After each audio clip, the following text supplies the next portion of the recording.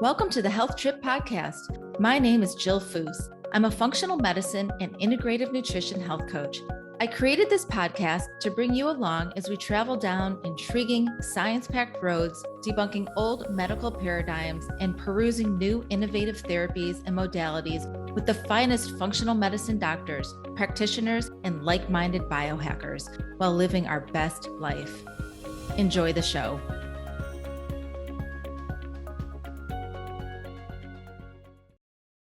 Hi, everyone. Welcome back to another episode of the Health Trip Podcast. Health begins in the gut. Today, we're going to be talking about all things related to gut health. If you're a gardener, then you know that healthy soil is the foundation to growing healthy plants. Think of your microbiome the same way. It is the foundation from which your overall health will grow. The microbiome is a community of microorganisms, including fungi, bacteria, and viruses that exist in our digestive tract, our skin, our mouth, and if you're a woman, your vagina. These microorganisms change in response to a host of environmental factors such as exercise, diet, medication, toxins, and other exposures. I would say that over 90% of the people that I work with experience some level of GI distress. Initially, they may come to me for weight loss or hair loss, low energy, low libido, or maybe even a diagnosis of an autoimmune disease. But lo and behold, it always circles back to their gut health. When our gut is inflamed due to chronic stress, autoimmune diseases, poor diet, food sensitivities, and taking medications, especially antibiotics, we experience negative health consequences down the road. Health consequences could look like skin disorders such as acne or psoriasis, chronic fatigue, migraines, brain fog, weight gain, mood disorders, and acid reflux. Some negative health conditions not talked about as much when it comes to gut health are erectile dysfunction, hair loss, and asthma.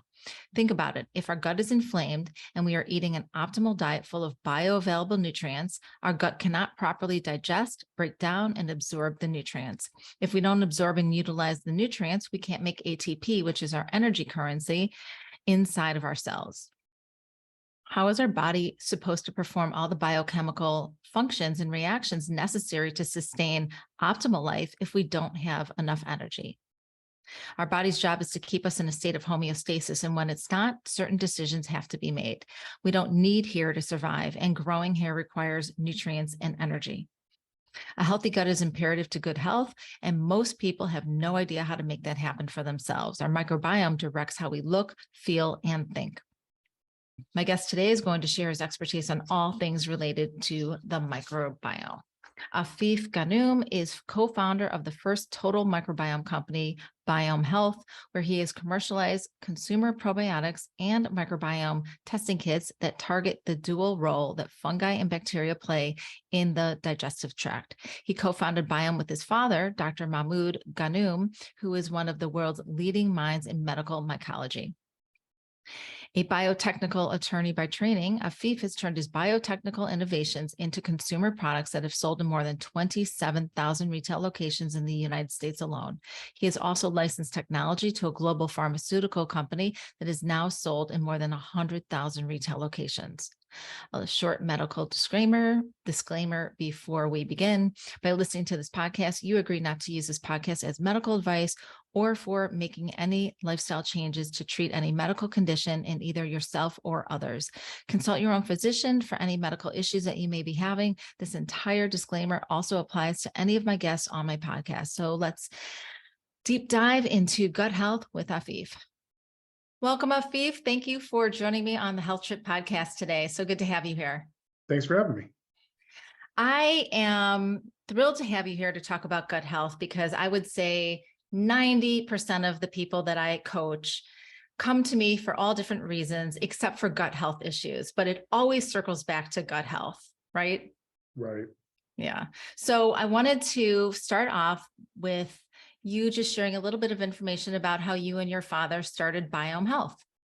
Yeah, for sure. So I'm a biotech attorney by background, and for the last dozen years, I've been helping take his science and his area of research and create consumer health products. So we first did it in the oral care space, in the early 2010s, and did products in oral antiseptics, dry mouths. Why? Because those are areas that are really affected by germs in the oral cavity. So his whole research career has really been around how bacteria and fungi interact in our health and wellness, both probiotically, but also pathogenically, right? So sometimes we've been trying to kill germs, sometimes we're trying to encourage them. So in 2016, he did a really landmark paper for the NIH, a clinical trial showing that bacteria and fungi not only existed in the GI, but they were actually working together.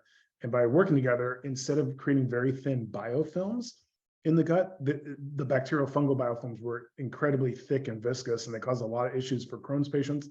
But turns out they actually cause all sorts of digestive issues. So I saw that and I thought that's kind of interesting. I had never really heard of fungi's role in gut health.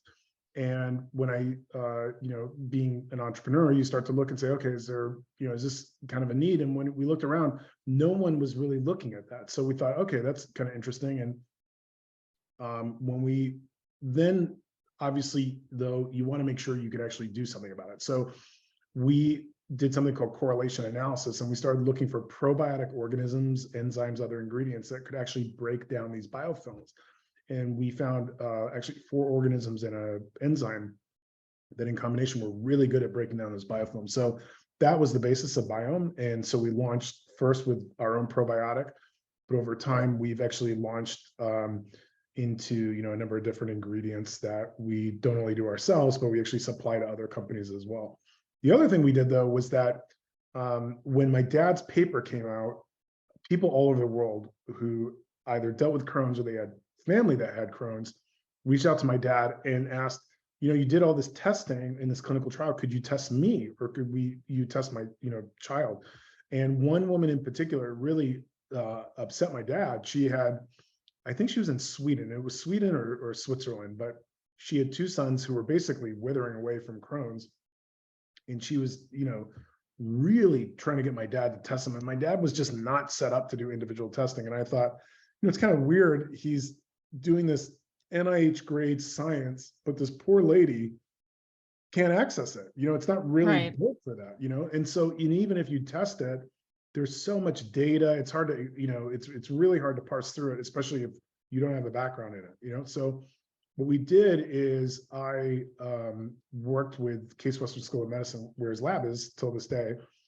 And we basically consumerized the microbiome testing they were doing, testing not just bacteria, but the fungi in the gut. And, a lot of times people say, well, is fungi really a big deal in the body? And, the reality is many people are actually aware of it. They just don't realize it. So for example, with women, a lot of women will see that when they take an antibiotic, they actually develop a yeast infection. Why? Because when you remove bacteria, it allows fungi to overgrow and obviously impacts the vaginal microbiome. Same with, babies, when you get oral thrush, that's candida, that's a fungi. Why? Because your immune system, if it goes a little bit out of whack, it allows organisms to, grow out of whack, but not just bacterially, fungally as well. And when you see a physical fungi like Candida tropicalis in the gut, it's literally 10x the size of bacteria. So there are numerically less fungi in the gut, but it's like Gulliver's Travels. Like the fungi is just, exponentially bigger than bacteria when you look at size. So it's just very interesting. My dad got his PhD in the 70s looking at Candida, and really has been beating this drum since then, since he's been funded by the NIH since, the early 90s, when he was doing a lot of HIV research, really just saying, like, listen, you really have to look at fungi's role in our health and wellness. And now, not only in the microbiome is it starting to catch up, but, literally Wall Street Journal had an article last week about fungal disease and with the fact that our bodies are getting cooler, it's allowing fungi to develop more rapidly. And even, the microbiome of fungi being tied to different cancers, it's just a really interesting time to be in the space. So that's a little bit of a long-winded answer to like, how did we get into Biohm and working together? But yeah, it's really just been sort of my dad in academic science and me on the biotech legal side, just, commercializing it. So you mentioned a few terms that my listeners may have not ever heard of before. So one is biofilm. One is, I don't know if a lot of people realize, like you were just saying, that there's even fungi that existed in the same microorganism as the microbiome as bacteria. So if all of these are living there together, let's leave biofilm on the side for a second and just break down the bacteria and the fungi. Some are good and some are bad.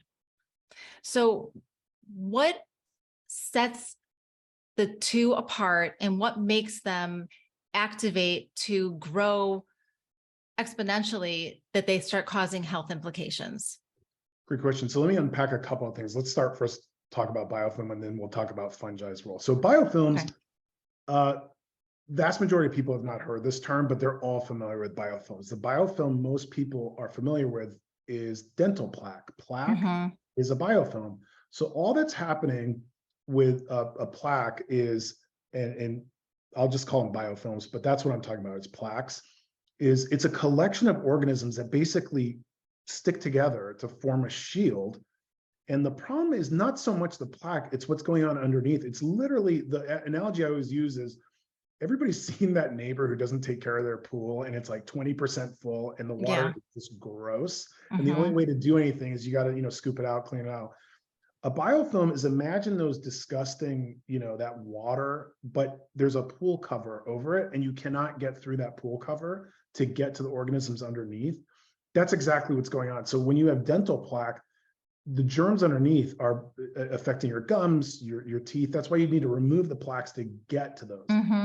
So that same dynamic, those biofilms, we call them digestive plaques, that's happening in your gut as well, the lining. So what happens is, not only is this shield built and the organisms are growing underneath, but they actually start penetrating the epithelial lining. That's this idea of leaky gut. So it can be highly impactful. So that's why, biofilms, it's something that, people are aware of, but they just have not heard that term. But anywhere, like, you'll get biofilms on a couple common areas. One, areas like the oral cavity, obviously the digestive tract, as we were talking about. But then anytime a foreign substance comes in contact with the body, biofilms often will grow. So for example, dentures, that's why you need to clean dentures, because of film, that sort of slimy film that will build up. Catheters, my dad's done a ton of research because of hospital-borne infections is a huge problem. Like that, a lot of people will get more sick when they go to the hospital because of what are called nosocomial infections, hospital-borne infections. So one of the leading ones is when you get a catheter in, germs start building around it and building up biofilms. So breaking down those biofilms, can be an issue. So it's kind of like that debris you see on your retainer. 100%. That's okay. Anytime you've seen sort of that scummy film buildup, even like, if you've ever been at the beach and you're looking at the pillars, what are those called? Like the pillars, the piers. The piers, yeah, on a pier, and there's sort of the green sludge around it. That's biofilm. So anytime, germs just love building and essentially protecting themselves is what they're doing. So the biofilms that are inside our digestive tract, is it like in a balloon shape? Is it a bubble, or is it one large one? It's like a film that just lines the okay. So just think of it as like just a sticky layer that just, it's not, like dental plaque can get physically hard. It's just a different type of biofilm. Right. Think of this as just like a slimy collection. And how important is it for us to be aware of this and to work on getting rid of it?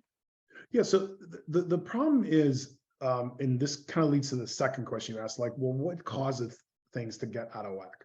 So we'll stick to the gut microbiome, but there's all sorts of microbiomes on our body: skin, hair, digestive, vaginal, oral. And in fact, my dad wrote a paper in 2010 identifying 101 native fungal organisms that live in our mouth. That's when he coined the term the mycobiome, which is essentially the fungal biome. So we have microbiomes all over our body. Usually when people are talking about it, they're talking about the gut microbiome. So for our purposes, we can talk about that. So the problem is it's not just about getting just a good bacteria or getting rid of bad bacteria. In fact, Candida, which is a big boogeyman everybody talks about, Candida is naturally occurring in 40+% of people. And actually Candida can help with a number of functions like digestion, absorption. The problem is, the best analogy to think about is like a shark in the ocean. Shark is a very important part of the natural ecosystem, keeps, the homeostasis of the entire population. You wouldn't want to get rid of it, but you wouldn't want to be in a pool alone with a shark. You know what I mean? The problem with, and we'll stick with like fungal pathogenic organisms, like disease causing organisms, like a Candida, is the problem is if something happens to disrupt the homeostasis, they'll spiral out of control. So what can cause that? A few things. One, if there's something happens to interrupt your immunity, so you become immunocompromised. So immunocompromised people will think, okay, well, cancer or HIV, but often it can be as like babies are immunocompromised, their immune system's still growing. Back to what we were talking about, Right. thrush, that's just their systems are just not quite up to yet fighting off Candida. So it will spiral out of control. The elderly can be immunocompromised. People who over-exercise, really put strain on their body, become immunocompromised. There's been interesting studies when car accident victims, when their bodies are shocked into being immunocompromised, their microbiome is a total disaster. Why? Because again, they're allowing their system to go out of whack. So anytime there's a real disruption that causes essentially your body to get immunocompromised, one of the organisms, that's the problem with pathogenic organisms. They can really grow out of whack, but you really don't want to get rid of them. The ideal microbiome has both, good actors and bad actors. But I'll give you an example of why digestive health can be really tricky for people to navigate. So we have a gut test, the Biohm gut test, and we test for both bacteria and fungi in the gut. So early on, we had this cohort of women that had terrible digestive issues, but they ate well, they looked like Lululemon models, like they exercised, these were people who were taking care of themselves, but they would have very bad digestive issues. So when we tested their gut, we saw that they had an overgrowth of something called zygomycota, which is a very pathogenic fungi. Typically, my dad would only see it in severely immunocompromised people, so literally like cancer patients, HIV patients. But there were enough of these women that we thought that's like highly unlikely that they're just undiagnosed.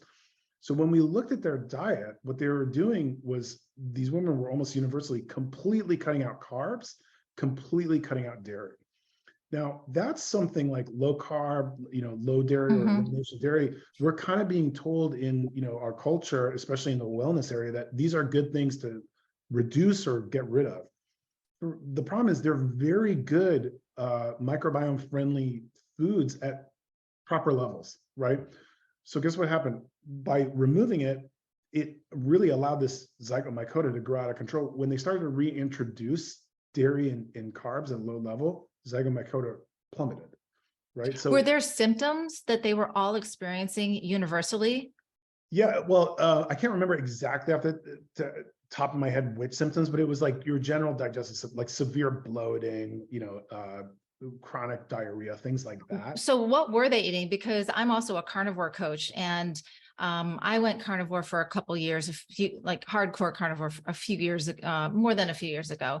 I'm now just animal based, but I felt great. The bloating was gone. The gas was gone. Constipation and diarrhea are both a little bit of an issue in the beginning, but I'm curious about that. Right. So most of them were doing just heavy plant-based diet, lean meat. Like they were, like I said, they were eating like what you would assume would be an amazing diet. Now here, you bring up something very important, is it is not a one-size-fits-all proposition. And the other is that many times people, because it sounded like you said at first, there were some digestive issues. Yeah. They kind of went away. That's very normal. A lot of times when people start trying to eat, especially like a high plant-based diet, or they try to like eat good, it sits terribly and they stop.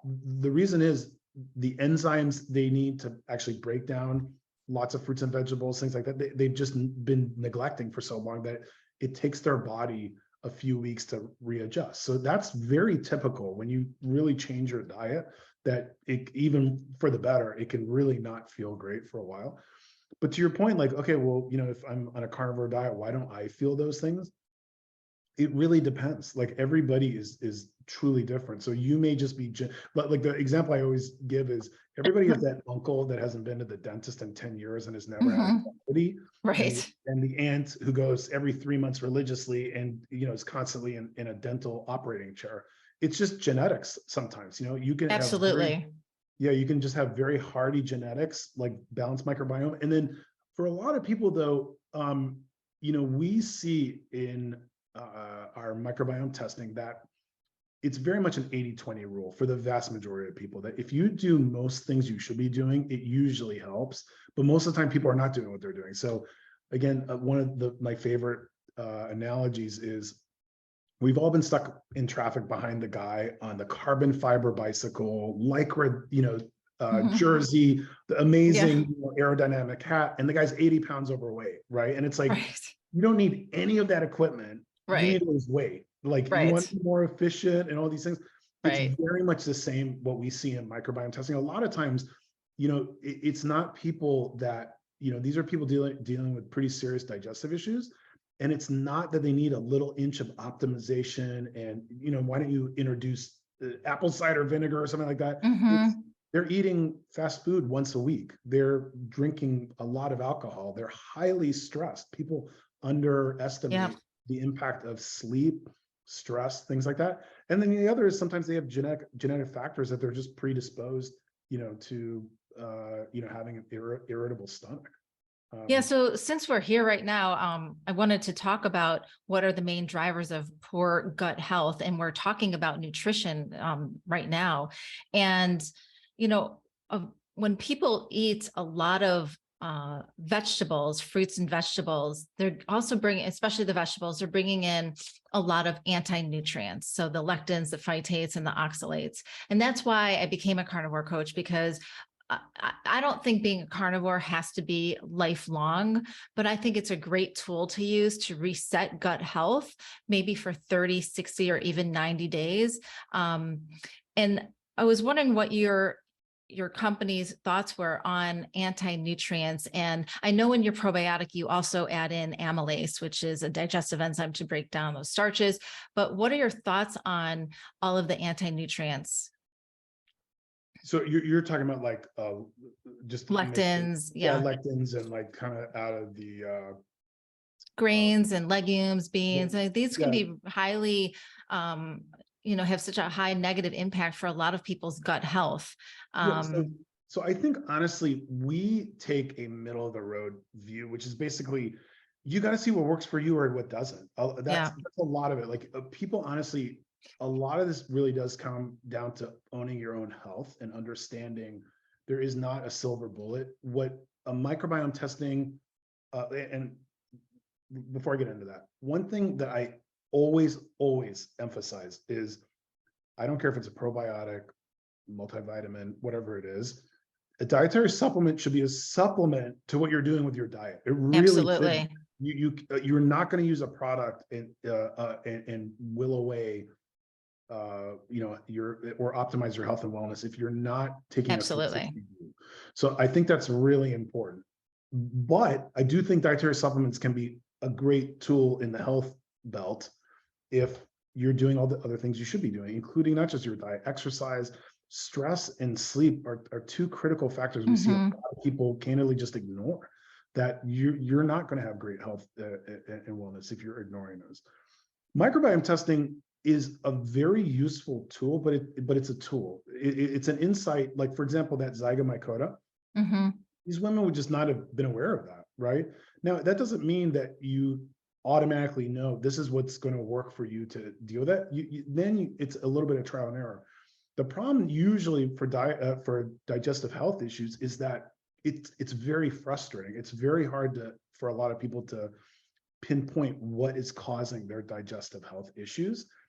As we said, briefly, there's a number of factors. It can be genetic, diet, alcohol, lifestyle. These are the vast majority of Hmm. drivers of gut health issues. But it's hard to know which one to isolate. So people go on these we've seen it all. Like people I'm that, sure. and honestly, you feel very, very bad for people because usually the person who comes to Biohm, they're well aware of probiotics. We're not convincing someone that probiotics are something they've been trying to figure out a solution. They're uncomfortable. They deal with like serious bloating, or, a lot of people say like, I literally, it's life altering to me. I don't feel comfortable eating out, or I want to always know where the bathroom is. Like it's very tough road. So what we hope to allow people to do is has insights that then they can sort of target their journey to figure out what's driving their digestive issues, and then hopefully relieve them somewhat. That's always the goal. So for your gut test that you offer, what's the data going to come back and tell someone? Do you say this is what's unhealthy in your gut? This is what's going on. Here's a live picture of what's going on, and here's what we suggest. And then also your company you only offer one probiotic, correct? Or are there various ones? We have a few different ones. So to your first question, when we first launched the test, we thought, oh, this is great. We'll give people all this information. It'll be super useful. And what we saw was that it was data overload, that people didn't know how to utilize. And this is like 2017-ish. Yeah. So really now the way we've designed it over the last number of years is it's like a credit report for your gut. So we have a gut score. And because a lot of people just want to understand, like, what does my gut look at from 10,000 feet? So we give them a gut score, but then we give them more detail, and we show them all these various organs. We don't show them, like, if it's in your gut, it will show up in our testing, but a lot of the organisms are not actually useful to know about. Like, they're either from the tacos you ate last night before you took the test, they're transient organisms, like they're not really going to stay, or there's little known about their health impact. So we report about 60 organisms that we know there's a lot of science around their correlation to health and wellness. And then we show you the average, where you stand, and whether they're essentially good or bad organisms. Once we get past that, then we have some specific recommendations around diet, around lifestyle, and we use machine learning to make sure these are all customized recommendations. We used to do it manually. We have a team of nutritionists that would go through every one. Based off, doing thousands and thousands of these, we were able to build an algorithm that can predict.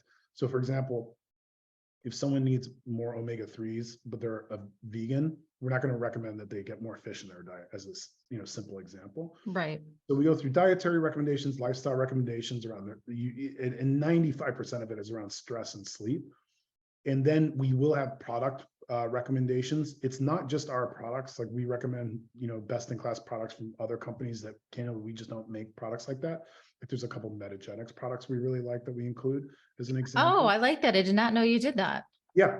Like, yeah, that's great. We really take an agnostic view to it. Is like, that's obviously great. we'd love for you to buy our products, but like, right. We really want to make sure, and we have a nutrition team that's completely independent to make their decision. We buy those off of Fullscript or Emerson if we need them, and then we supply them. So it's agnostic to whether it's our products or not.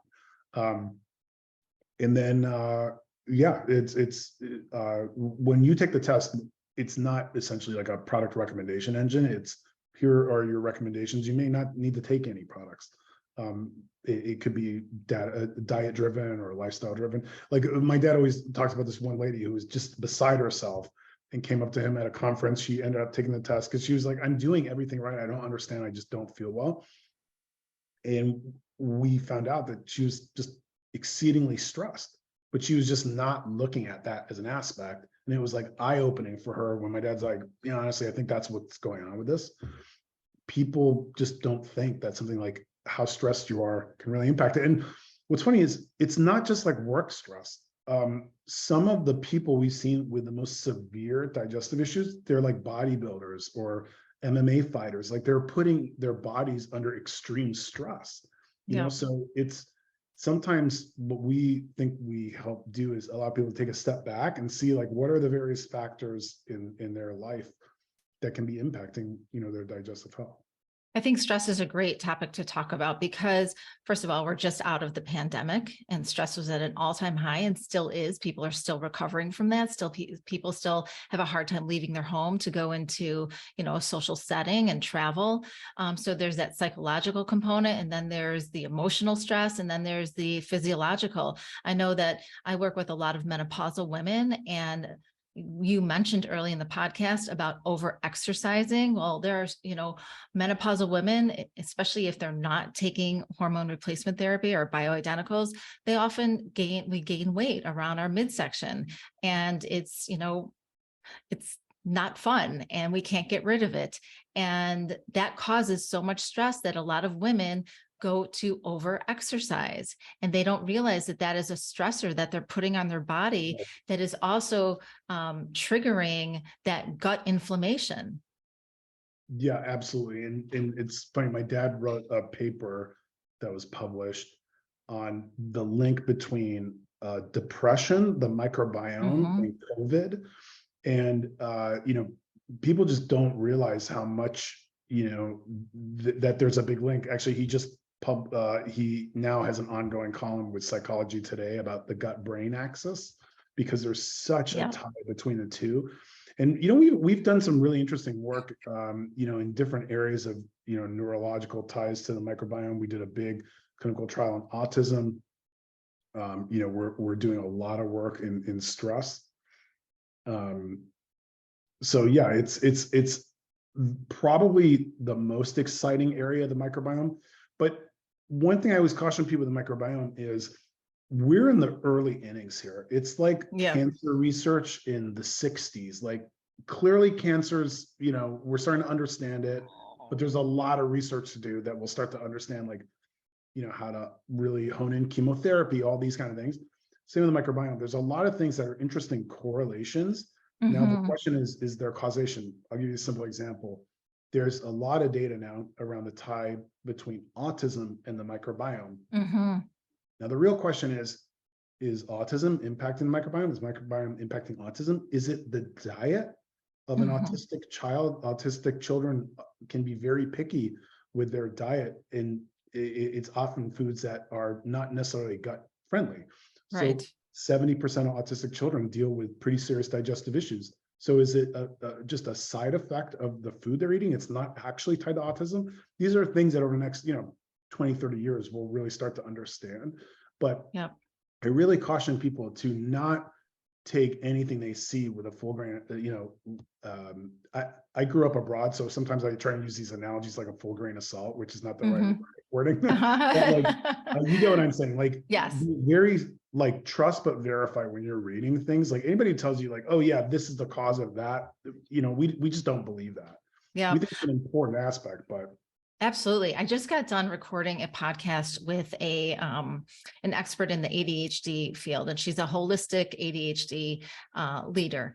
And I have 5 children, and a few of them have ADHD. They're all grown now, but when they were younger, I remember taking them to the doctor to get diagnosed with ADHD. And not once did a doctor help me understand the importance of gut health and the type of diet that they should be on. It was something that because of the space I'm in, I was able to figure a lot of that out on my own. But it is so important because as soon as you change their diet, you see how that gut-brain connection really works. And all of a sudden you have your child back, and it's really incredible. Yeah, it's one of the frustrating parts of medicine is, on the one hand, it's very good that we take our time adopting new treatments and drugs because, the safety, efficacy, there's all sorts of, going back decades, thalidomide and all sorts of examples of, if it's not a thorough process, you can, drugs and pharmaceuticals and treatments can be very dangerous. The negative is that sometimes when something really does have potential, it can take a long time. And it can be viewed very skeptically by traditional medicine. So microbiome, easy example of that is fecal transplant. The first doctors doing that, which should I kind of explain what that is? Yeah, that'd be great. So fecal transplant is literally taking feces, poo from one person who's healthy and transplanting it into another. Like often, they'll take a capsule, or there's all sorts of ways, but they'll get that person's feces into you. They sterilize it. They do all sorts of things to get rid of the pathogens, make sure there's no disease, all those things. But what they're really trying to isolate is their microbiome and transplant it into your microbiome. And there are so many unbelievable stories of people whose lives are transformed, debilitating digestive issues that just go away after these transplants. And then interesting case studies of people that got transplants, and they got it from someone who's healthy but obese, and then they started having weight issues after they got the transplant. So again, we're in early days, but the initial physicians that were really trailblazing this were completely castigated, that this was like, completely fringe, that they should, get their medical license pulled, all these things. And now it's looking like that could be one of the leading therapeutic, outcomes. What's going to be interesting is there's now a big fight around, should it be regulated as a drug? Who should have the right to do this? So it's going to be really, sadly, obviously, a lot of this gets mired in politics as well as actually what's, best for, the science. But going back to the original point, even Canada's role, Canada as, a disease, or is causing issues for people, not just in their digestive health, but in, all over their bodies, was really looked as fringe as late as, the early 2000s. It's only now that, quote unquote mainstream scientific publications are really embracing that. Fungi is playing this outsized role, but I cannot tell you how many times after we really got in the industry, people would write my dad and say, I knew fungi had something to do with this, because I would have digestive issues, and I would take a drug because I had toenail fungus, and my digestive issues would go away. And they would tell their doctor, and their doctor would be like, psychosomatic, and it's like, no, they were actually using an antifungal that was controlling what was going on in the GI by trying to get rid of the toenail fungus. You know what I mean? So it's really fascinating. And there's a couple of guys out there, like Doug Kaufman's been talking forever about fungi's role in our health and wellness, and obviously my dad on the NIH funded side of things. So it's just, I think we're going to see over the next decade, fungi is really going to just increase in prominence as far as our health and wellness. One area that is really interesting is there's this new strain of Candida auris, where it's so, like, fungi has typically not been drug resistant. It's really not been an issue, but there's been a Candida emerge called Candida auris, out of first identified in Japan, that not only is it drug resistant, but it's literally like killing people. It's shutting down hospitals. And CDC said it's one of the most, sort of scary emerging diseases out there. So my dad's actually doing a lot of research on the pharma side in Candida auris. So it's going to be interesting to see, are there fungal superbugs that start really emerging that we've not had to deal with previously? Wow, that's kind of scary, actually. Yeah. What about antibiotics and its role that they play on the gut? When I have someone, a client, go on an antibiotic, I make sure they are on a good probiotic with the right strains that aren't going to interfere with the medication, because sometimes we need that Western medication. Sometimes an antibiotic is absolutely necessary, right? But we want to make sure we're not destroying the gut, because I once heard that every time you take an antibiotic, it sets your gut health back about 6 months. Yeah. So first, I think you said a critical thing is, I was at a conference one time, and this woman did a talk called basically, don't let your wellness get in the way of your wellness. And she told a story about how she basically ignored her body telling her, like, you're not well, but did not want to see, a Western medicine doctor. By the time she got there, it was pretty, advanced cancer. And so it is completely understandable why people want to be more thoughtful about taking antibiotics, other drugs, unless it's absolutely necessary, but sometimes it is actually necessary. So, antibiotics 100%, like their function is to destroy the bacteria. Again, the problem is, by doing that, you kill not just the bad, but the good. The good thing is, and we're actually doing some interesting research on this internally, there's a growing list of what are called narrow spectrum antibiotics that are only going after the organism that they're trying to kill. It's not like, a nuclear bomb in your Mm. system.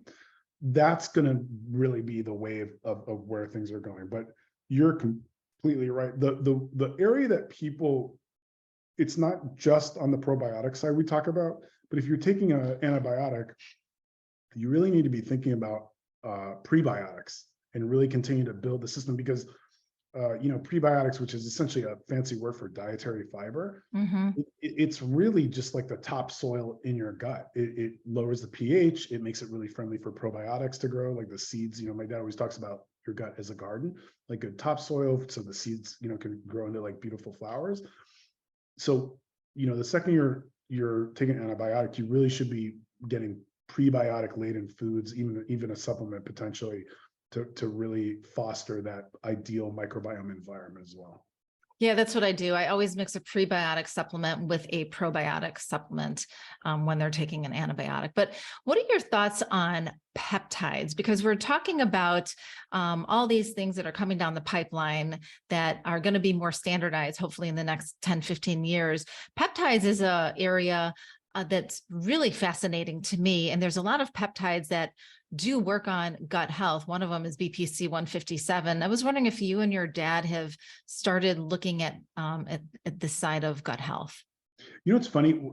So part of the problem is there are so many interesting areas to really delve into that you can't do everything. Right, you can't do it all. So peptides we really have not looked into. Really, our biggest emerging area is postbiotics. That's where we're spending a lot of our time. So what a postbiotic is if you think of a probiotic as like a grape, there's two types of postbiotics. One, if you squeeze the grape, all the juice comes out, like essentially the metabolite of the probiotic. That is very efficacious. The other is if you actually take the probiotic and you kill it, you heat kill it, that remaining sort of cell structure also seems to have very nice activity. So what's nice about those, a postbiotic versus a probiotic, is postbiotics are very easy to mix into foods, to bake, to put into drinks. So they're very easy to formulate with, because you don't have to worry about keeping them alive. Or if you put them in, you don't have to worry about it, basically them blooming. So we're putting a lot of research emphasis internally into developing postbiotics. I think over the next 5 years, you're going to see really probiotics start to give way to postbiotics as the leading, microbiome ingredients. So this will be like an ingredient that food manufacturers can start utilizing in their end product. 100%, because that's so cool. I never heard of that. Yeah, because probiotics are very hard to formulate with foods. There are, some mostly spore-based that, people have been able to formulate with, but it's still, it's somewhat limited. So, we're very excited. We're working on applications in hair, skin, as well as digestive health as well with postbiotics. Because, you can put them in everything from gummies to lotions to, like the problem with, you'll see a lot of things that are labeled like probiotic skincare. I'm always wary of anything that says that, because lotions need to have preservatives of some sort, because you don't want bad bacteria, bad fungi growing in, the skincare product. So as a result, quite naturally, it's something that will likely kill a probiotic. So this is something I would always caution people. Read the label. See, like, is it actually a probiotic? Like, is it alive at time of manufacturing versus time that you're actually using the product? A lot of times, it's kind of questionable claims that a lot of people make, especially 100%. Yeah. So you mentioned spore-based, and that is one type of probiotic that I recommend a lot. It depends on the person, obviously, but can you talk to the listeners about what a spore-based probiotic is, and is the Biohm Health probiotic a spore-based? Yeah, so we are not spore-based. So basically, just with any, when we talk about probiotics or good germs, bad germs, even when we talk about like L. acidophilus, a specific type of probiotic, that's just the species. There's then, sometimes depending on the species, dozens, if not hundreds of strains of L. acidophilus that you will have varying levels of efficacy. So Spore-based is just a different, I forget the technical difference as far as it has like a shell that allows it to be way more hardy when it's being formulated with. The problem is, not problem, but like one of the things early on with spores was that there was some concern with like contamination, those sorts of things, but there's some very good spore ingredients out there. We've not used spores, not because of a philosophical difference. It's just candidly, the strains we developed were just not spore strains, and we were very interested on the fungal side.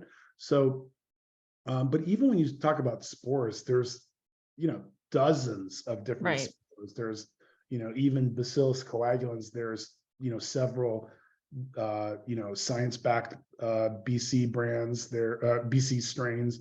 There's ones that are, not really much science around them. The main, I don't care what the strain is or the species. The few things I always tell people they should be considering when they're looking at probiotic is, one, what is the sourcing? Like, where are they coming from? Is it fermented in the US? Is it fermented abroad? There are some very good strains that are fermented abroad, but I do think it adds an extra layer of scrutiny, like understanding like what is the actual source of these. The other thing is, how are they stored? That's really critical, because at the end of the day, if a strain is not alive, it's useless, right? And then the other is, what is the actual science behind the strain you're looking at? Like, have they done clinicals? How big are the clinicals? Are the clinicals on exactly what you're using? And more importantly, are you using it at the dose that the clinical was performed at? So it can be understandably very frustrating for consumers, because it's very confusing. You know what I mean? Like, yes, I was actually, one of my questions to ask you was, there's just a sea or a wall of probiotics in the fridge, on the shelf, and how are people supposed to know, if they're not working with a functional medicine doctor, a practitioner, or a health coach like myself, how are they supposed to know what to go get? Yeah, honestly, it's the most fair question of all, because it's very difficult to tell. It's like people, Trader Joe's has two options of peanut butter versus, like a mega grocery store, and people just want two choices. They don't want 80 choices, right? So I think the reality is that it depends on what you are using the probiotic for. I personally feel that you really should look to what is the scientific rigor of the company that's selling you this product. Like, you need to understand that, there is, I cannot tell you, especially now with so many supplements being bought and sold on like Amazon. Yeah. It is not difficult to launch a probiotic product. It's like, you and I could do it tomorrow. But the challenge with that is it's very difficult to tell quality. So you have to stick to very high fidelity scientific back brands. You have to really understand the science. I do think it's a good idea to get a recommendation from a practitioner or a coach, or physician, someone who can tell you, guide you. That's, again, going back to what we try and do. That's why when we're looking at your microbiome, we're trying to help you figure that out. So but we understand, like, it's not like if you want a vitamin C supplement, you can kind of just take a vitamin C supplement. Like, they're all, going to be generally the same. Probiotics, admittedly, can be challenging area to navigate. Like, what we found is, when we survey our customers and we say, well, why did you, because usually, as I said, these are people already using probiotic. Well, why would you trade from that, to Biohm? So, well, because your dad's an active researcher, he's funded by the NIH. I just trust the science. Right. And so that's, one of the things we always say is, you really should do a little bit of homework to figure out who's behind this and what's it actually meant to do. Absolutely. What about CFUs? What does that mean? And what does that number mean for people who are shopping around for a probiotic? Yeah, great question. So CFU means colony forming unit. And so early on in the industry, it was sort of viewed as a way to figure out how many, usually billions of CFUs or germs are in this product. The problem is, it's become associated that the more CFUs, the better. I generally think it's actually one of the less helpful things. I think over time, you're going to see that go away on packaging because the industry is realizing it's really not helping the consumer and it's not really informative. It doesn't mean anything because you can have 100 billion CFUs of a very low quality probiotic that's dead by the time you're actually using it. Because even if it's live when you take it, if it's not live when it gets into your GI, it really Right. doesn't matter. Right. So, again, what like our highest CFU is 30 billion. Why? Because when we were designing and doing our clinicals, we found like that's about as much as you need. You really don't need more. It would have been easy to pack, 60 billion, 100 billion, whatever, but it just didn't make sense, honestly. So look at actually what is the science that is backing this CFU amount. It's an okay general guide. Like you really shouldn't see something with a below 1 billion CFUs. Like there's this thing in the supplement industry that people call like pixie dusting, where you'll see a product and you're like, oh, it has this in it. But the reality is it's very minute amounts of that ingredient is actually in the product. Right. Right. So it's not at a level that's functionally going to do anything. Yep. So, you'll see things like with probiotics, and when you look and it's like 100 million CFUs, that's not a lot, So honestly, anything in the range of 1 to on the upper side, like I would say probably 30 billion is going to be, in a reasonable range. Well beyond that, like I would want to see the science, like why do you need this many CFUs? The other thing is like, you'll see sometimes capsules with 25 different strains. Again, I would want to know, like, why do you have so many strains? Like, Right. what's the functionality of all this versus just being able to tell someone, oh, it has 25 strains. You know what I mean? Like that, unfortunately, that's a little bit of the power of marketing. Yeah, what's really interesting about your probiotic that differs from all the other probiotics I've seen is that you add in a digestive enzyme, you add in amylase.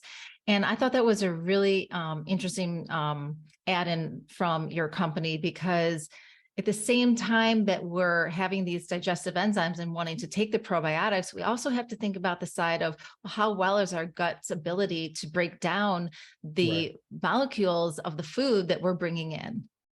Yeah, no, absolutely. And the other thing people don't realize is that amylase actually is very good at breaking down biofilms. So what we found when we combined it with the strains, it was a very nice synergistic effect in breaking down biofilms. So yeah, I personally think enzymes are another area that are really underutilized. And what's nice is they're pretty cost efficient. You can get really good quality enzymes for pretty cheap. So yeah, no, when we were designing it, like that goes back to kind of we're agnostic about the science. We wanted the best ingredients. When we saw amylase really made a difference, we added it into the formula. Yeah, especially being a carnivore coach and seeing that community and people transitioning to carnivore. So many times people come to it and they say, and also women going through menopause, they want to do everything naturally. Well, you know what? We all need a little bit of help, right? Because naturally means depending on the food that we're eating, and the food that we're eating isn't grown that well anymore, right? It's not the same as it was when our ancestors were eating. And so we have a lot of other issues going on layered on top of digestive issues.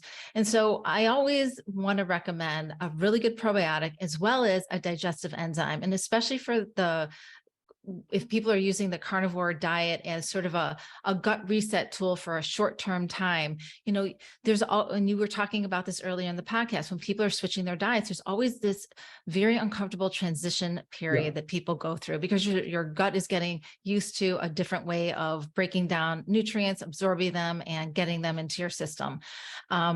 So I think that it's always a great idea to pair a digestive enzyme with a probiotic. And so I love that the amylase is in there.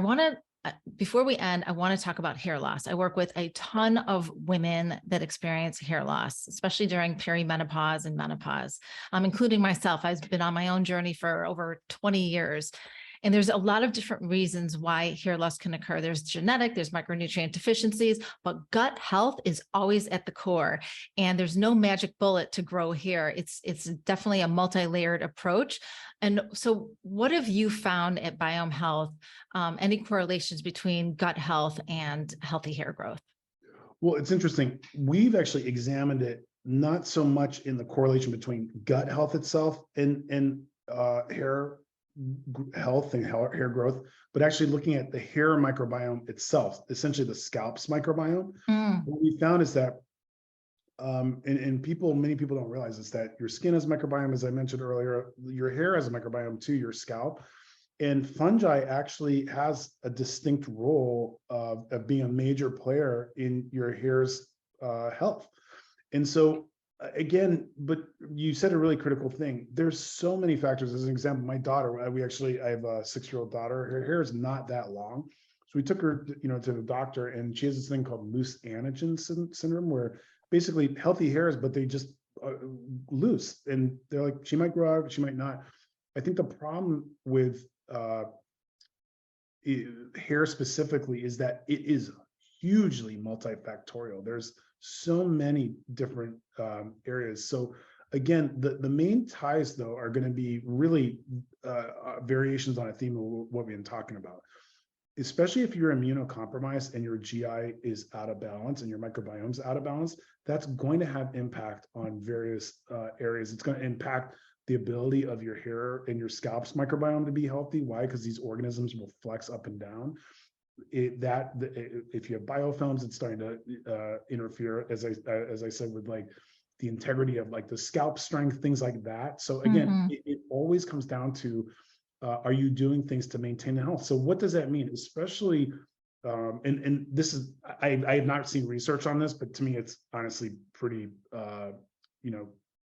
sort of obvious. Logical flow. I was thinking about it. That is, women, especially with things like hair coloring, there's a lot of like stripping of the hairs, and a lot of sort of very strong, conditioners, things like that. Anything you're doing that's stripping the natural environment of your hair, of the scalp, it will have an impact, so it's really analogous to, there's more and more evidence that the fact that we keep our houses so clean, hand sanitizers, is actually not healthy for us. So a lot of health correlation when you look at people who have companion animals that come in and out of the house. Households are much healthier. Why? Because they're bringing organisms in that we used to get our hands in the soil. We used to do all these things that were constantly challenging our system. So it's really no different with, the hair's natural microbiome, but also the tie to the GI. Now, one interesting thing, have you seen this research about low dose minoxidil? Yes. Yeah, I think that's pretty interesting. It's, I think again, this is what I love about science. You have an ingredient like that that's been, now it's so old, it's off patent, and they do low dose oral dosing, and they're seeing unbelievable results. I take it. I take it. My one of my children, who's a young man, he takes it too. It's an incredible drug, but at the same time, here we are with the Western medication that is very helpful, beneficial, safe, and effective. But at the same time, if you don't have that healthy lifestyle, that healthy foundation, that balanced, working, functioning gut health, you can't support the medication that you're bringing in. 100%. Look, the best example, there's no better example, is antacids. Okay. The reason the vast majority of people need an antacid is not because they have either a genetic predisposition to over acid production. They just don't eat well. Or they're eating late, and what they're doing is they're using medicine to tamp down the acid. That is not good. Acid is actually very protective. Again, a lot of this is marketing, where we've kind of been marketed to that, it's acid. It's not healthy. You got to keep it under control. That literally, acid protects us. It's the reason, we don't all drop dead of foodborne pathogens, because vast majority of the time when they get into the acid, they're killed, right? Like it literally is protecting us. So when you're constantly taking an antacid, what you're doing is you're retarding the ability of the acid to really take things into control and tamp down these pathogenic organisms. So what you're doing, you're reducing the acid that allows your microbiome to really grow out of whack. But you keep doing it because you want to eat pizza at 11 p.m. at night, not feel it in the middle of the night. You know what I mean? Right. So, but someone who, and I've met these people who have genuine acid reflux issues that I don't remember the name, but essentially they're diaphragm sphincter does not work well. GERD. Yeah, like true GERD. Mm-hmm. These drugs are lifesavers for them, so you should not be using a drug or a medication to patch over a lifestyle behavior is essentially, honestly, what it comes Yep. down to with any of this stuff. Yeah, I have some family members who take PPIs, and I say, well, how about if I help you address the root cause? And they say, no, I can just eat what I want and take the PPI and I'm totally fine. And so, at that point, you just can't do anything about it. It's just a mindset. You 100%. And you know what? It is very uncomfortable to change the mindset and change the activity behind the mindset. There is going to be an uncomfortable period of that transition, right? It's, you're going to be uncomfortable eating different foods or feeling uncomfortable while you're trying to lower your dose of the PPI or get off the antacids. Yeah, like the last thing I'd say is, I think the problem is we've kind of been hoodwinked into thinking that you have to have motivation to make changes. You got to keep up motivation. And the reality is that's impossible. We're not robots. Everybody has a bad day, doesn't feel like doing something. I think the difference is if you want to see lasting change, you have to do the thing you're supposed to do despite not feeling like doing it. Whether it's exercise, eating right, it really doesn't matter. It's not about motivation. It's really about just, making sure your future self's going to be happy with what you're doing right now and doing it regardless, Yeah. Yeah. So we're coming to an end, and I wanted to ask you about your gut health quiz on your website, and then offer 3 things listeners can do starting today to support gut health. Yeah. So what you're referring on the quiz site is guttesting.com. This is one of my favorite pet projects. So I had seen a bunch of online health quiz companies that were absolutely crushing it. But when you looked at what was driving the quiz logic, it was very flimsy or no science. Like when they were telling you to take a quiz to figure out what was going on with your health, there was really, it's kind of like a BuzzFeed type quiz. There was nothing really behind them. So the challenge when you do microbiome tests, it's not like a pregnancy test where you take it, it's very cheap, and you get instant results, basically. Microbiome tests, not cheap. It takes a few weeks to get your results. You got to take the time to go through a report. It's involved, right? So I challenged our data science team. I said, look, we have millions of microbiome data points at this point. Are we able to predict, based on just answering questions, is someone's statistically likely to have an imbalanced gut or Candida overgrowth? So they went, they looked, and what we found is we found 15 factors that, sure enough, they were able to help us predict if someone was likely to have an imbalanced gut or a Candida overgrowth. And so we launched that. The idea was that you could do it in a 2-minute quiz format, and it's done fabulously well for us, and people love it because it really does give that instant gratification, and shows people what is potentially, at least as an initial thought, should I even look at this? Are there factors that are contributing to me likely to have a GI issue? Because, by the way, sometimes it's not. It's funny. We used to actually have a dedicated Candida test, and we got rid of it. Do you know why? Our number one complaint was, you told me I don't have Candida, and I know I have Candida. And we're like, no, it's a test. Like, we're not, you know what I mean? Like, it actually benefits us if you do have Candida, but we're,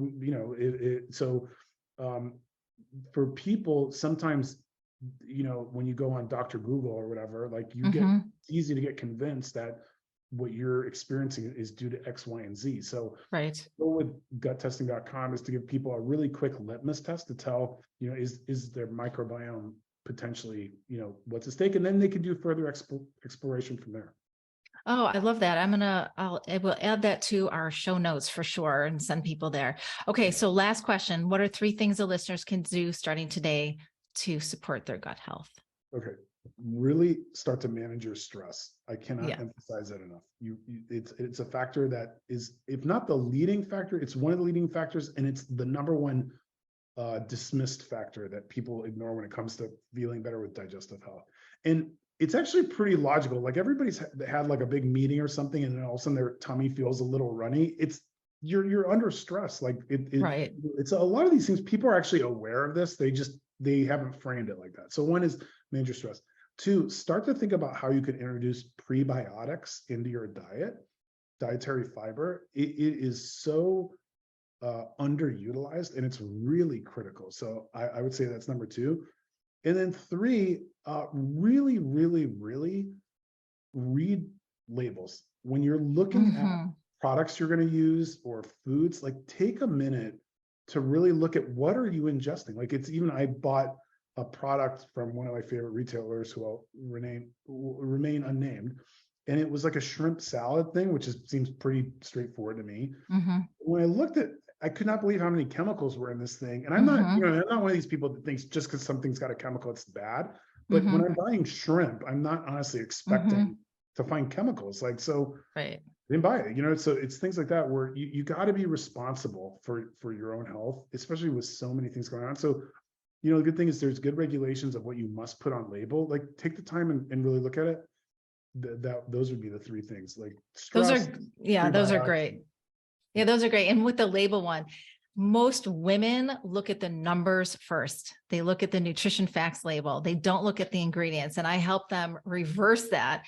Always read the ingredients, because if the ingredients are bad, it doesn't even matter. Who cares what the numbers are, especially when we're talking about all these, healthy, like keto, quote unquote, keto foods. And, when you look at the ingredient list, it shouldn't be a keto food, but the numbers say that it should. So I think that is great advice.